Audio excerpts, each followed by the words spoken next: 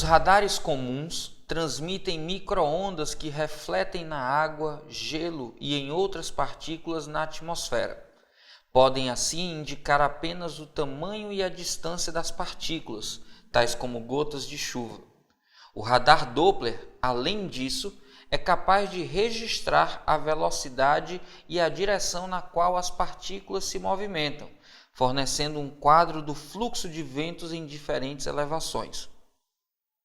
Nos Estados Unidos, a NEXRAD, uma rede de 158 radares Doppler, montada na década de 1990 pela Diretoria Nacional Oceânica e Atmosférica, permite que o Serviço Meteorológico Nacional emita alertas sobre situações do tempo potencialmente perigosas com um grau de certeza muito maior.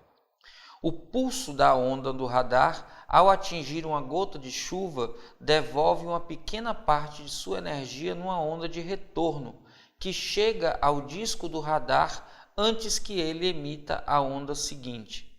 Os radares da NEXRAD transmitem entre 860 e 1.300 pulsos por segundo na frequência de 3.000 MHz.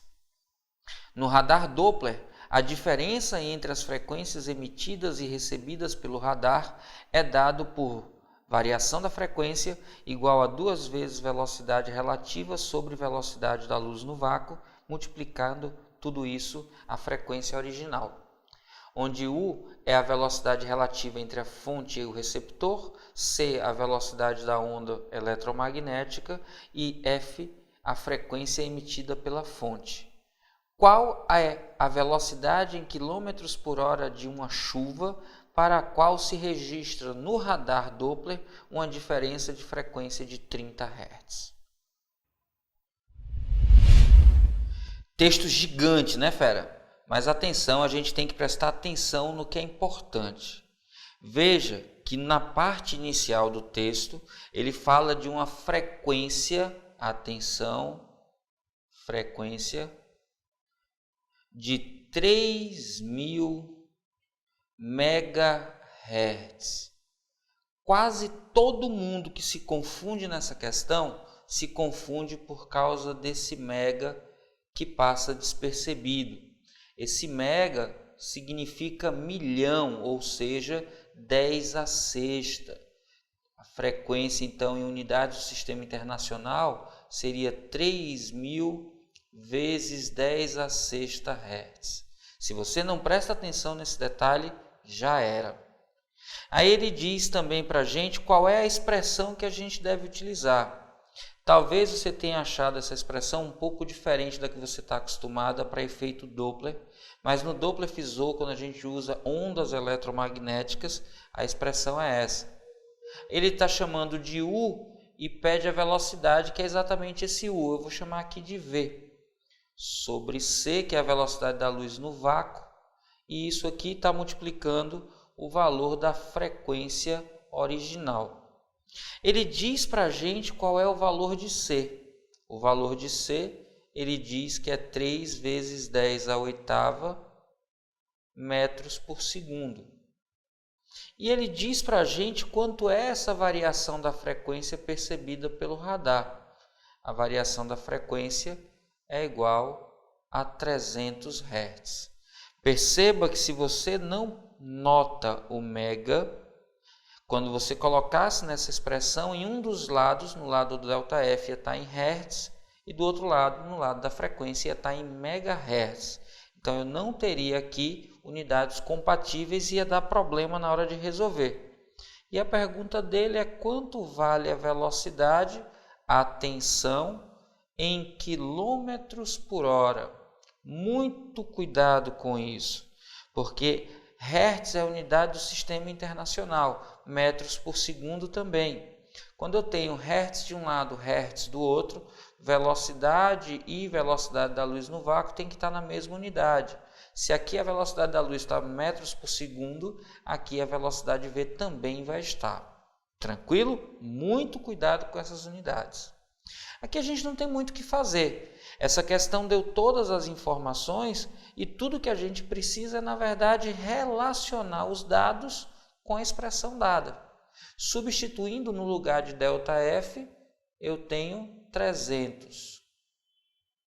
A velocidade é o que eu estou procurando encontrar, 2 vezes essa velocidade, dividido pela velocidade da luz, 3 vezes 10 elevado à oitava. E isso tudo, 3.000 vezes 10 à sexta. Se eu suprimir essas 3 casas decimais aqui, eu posso escrever como 3 vezes 10 elevado, sempre que a vírgula está correndo da direita para a esquerda, o coeficiente diminui e por isso eu aumento no expoente.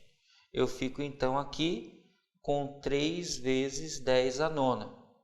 Quem está dividindo pode passar multiplicando, quem está multiplicando passa dividindo, e aí eu vou ter que 2 vezes V é igual a 300, que multiplica 3 vezes 10 à oitava, tudo isso dividido por 3 vezes 10 à nona. Simplificando esse 3 em cima com esse 3 embaixo, o 9 do expoente do denominador, ao passar para o numerador, passa menos 9. Eu vou ter então que 2 vezes a velocidade é igual a 300 vezes 10 elevado a menos 1.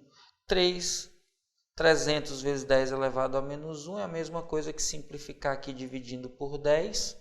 E aí eu fico que 2 vezes a velocidade é igual a 30. A velocidade, então, vai ser igual a 30 dividido por 2, 15. Agora, muita atenção e cuidado. Uma das alternativas dá como resposta 15.